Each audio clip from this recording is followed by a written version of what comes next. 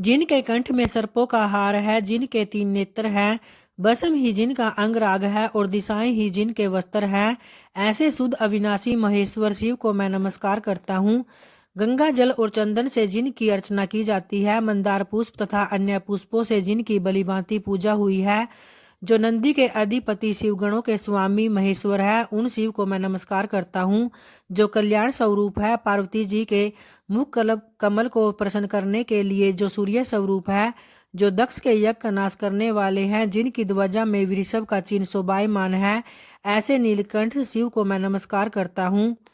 तो दक्ष के इस प्रकार प्रार्थना करने पर भगवान मधुसूदन ने कहा, हे ब्राह्मण, इसमें संदेह नहीं कि मुझे तुम्हारी रक्षा करनी चाहिए, किंतु तुमने धर्म को जानते हुए भी महेश्वर की अवहेलना की है। महेश्वर की अवज्ञा से तुम्हारा सब कुछ निष्फल हो जाएगा। जहाँ अपूज्य व्यक्तियों का पूजन होता है तथा पूजनीय महात्मा का पूजन नहीं किया जाता, वहाँ 3 संकट अवश्य प्राप्त होंगे, दुर्भिक्ष, मृत्यु तथा व्यय। इसलिए यह सब प्रकार से यत्न करके भगवान शंकर को मनाना चाहिए। तुम्हारे यज्ञ में महेश्वर सम्मान नहीं किया गया, इसी कारण यह महान व्यय उपस्थित हुआ है। तो इस समय तो हम सब लोग मिलकर भी इस व्यय का निवारण करने में समर्थ नहीं है। यह सब कुछ तुम्हारी दुर्नीति के कारण हो रहा है। तो भगवान विष्णु का यह वचन सुनकर दक्ष चिंतित हो उठे। उनका मुंह सूख गया और इतने में ही अपनी सेना से गिरे हुए महातेजस्वी वीरभद्र भी वहां आ पहुंचे और उनके साथ काली, कात्यायनी, ईशानी, चामुंडा, मर्दिनी, भद्रकाली, भद्रा, तवरिता तथा वैष्णवी, ये 9 दुर्गाएं तथा भूतों का महान समुदाय भी था। शाकनी, डाकनी, भूत, प्रमथ, गुहाक, कुष्मांड, करपट, वटुक, ब्रह्म राक्षस, भैरव, क्षेत्रपाल राक्षस, यज्ञ विनायक तथा 64 योगिनियों का मंडल, ये सब उस महान प्रकाशमय यज्ञ मंडप में सहसा प्रकट हो गए। भगवान शंकर के उन पार्षदों ने देवताओं के साथ युद्ध आरंभ कर दिया। लोकपालों सहित देवताओं ने भी शिवगणों पर अस्त्र शस्त्रों से प्रहार किया।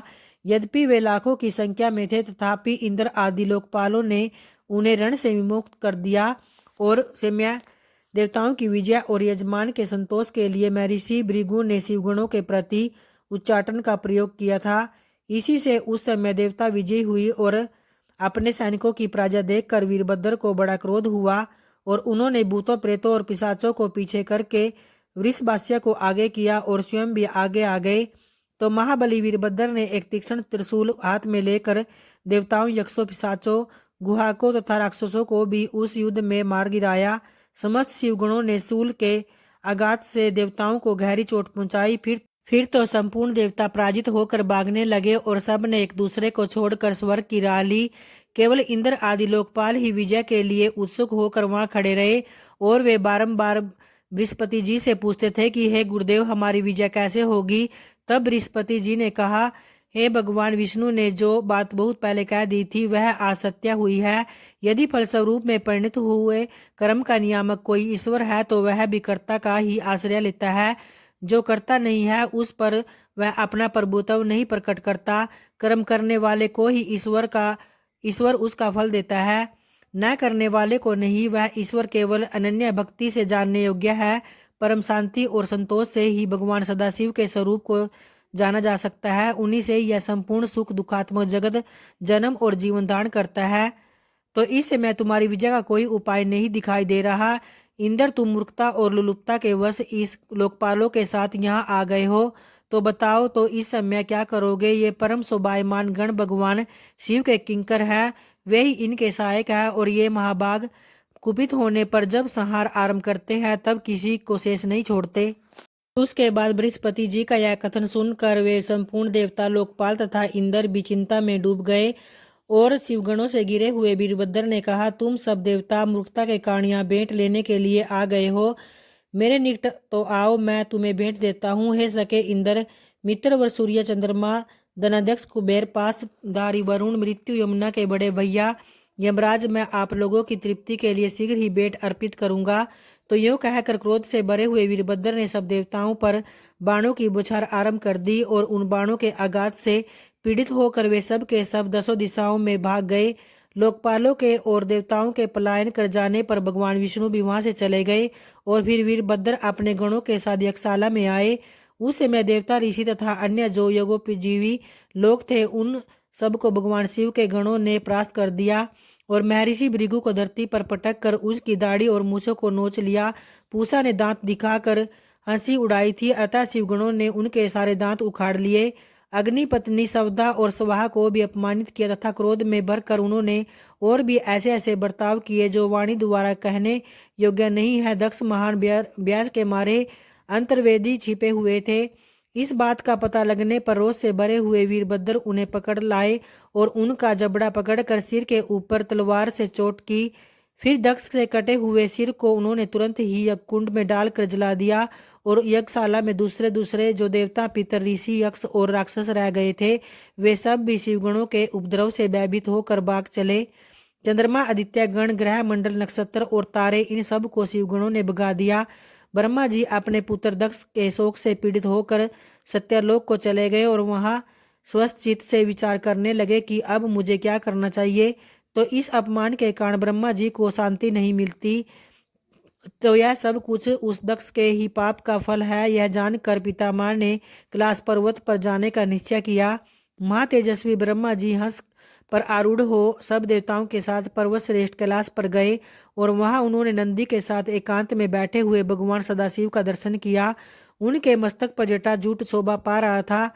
भगवान शिव को देखकर ब्रह्मा जी दंड की भांति पृथ्वी पर पड़ गए और अपना अपराध क्षमा कराने के लिए उद्यत हो जाने पर अपने चारों मुकुटों से भगवान शिव के चरणाविंदों का स्पर्श करते हुए उनकी स्तुति करने लगे। तो इस तरह से भक्तों आज के फाल्गुन मास की कथा यहीं समाप्त होती है। तो प्रेम से बोलिए भगवान भोलेनाथ की जय, माता पार्वती की जय। और आइए अब भगवान शिव की आरती का प्रारंभ करते हैं।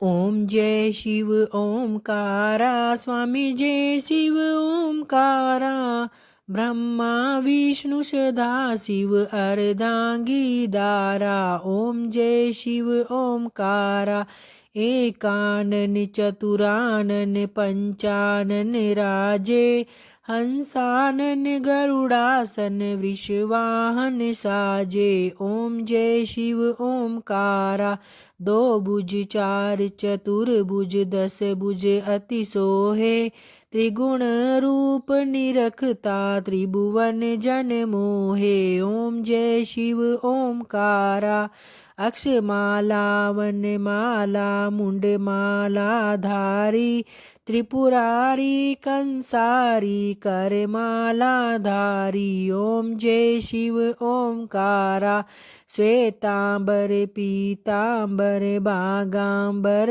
अंगे, सनकादिक गरुणादिक भूतादिक संगे। ओम जय शिव ओमकारा, कर के मध्य कमंडल चक्र त्रिशूल धरता, जग करता जग भरता जग संहार करता। ओम जय शिव ओमकारा, ब्रह्मा विष्णु सदा शिव जानत अविवेका, प्रणवाक्षर में शोभित ये त्रिवेद का टीका। ओम जय शिव ओमकारा, शिव ओंकार हर ओंकारा, ब्रह्मा विष्णु सदा शिव अर्धांगी दारा। ओम जय शिव ओमकारा, ओम जय शिव ओमकारा, स्वामी जय शिव ओमकारा, ब्रह्मा विष्णु सदा शिव अर्धांगी दारा। ओम जय शिव ओमकारा।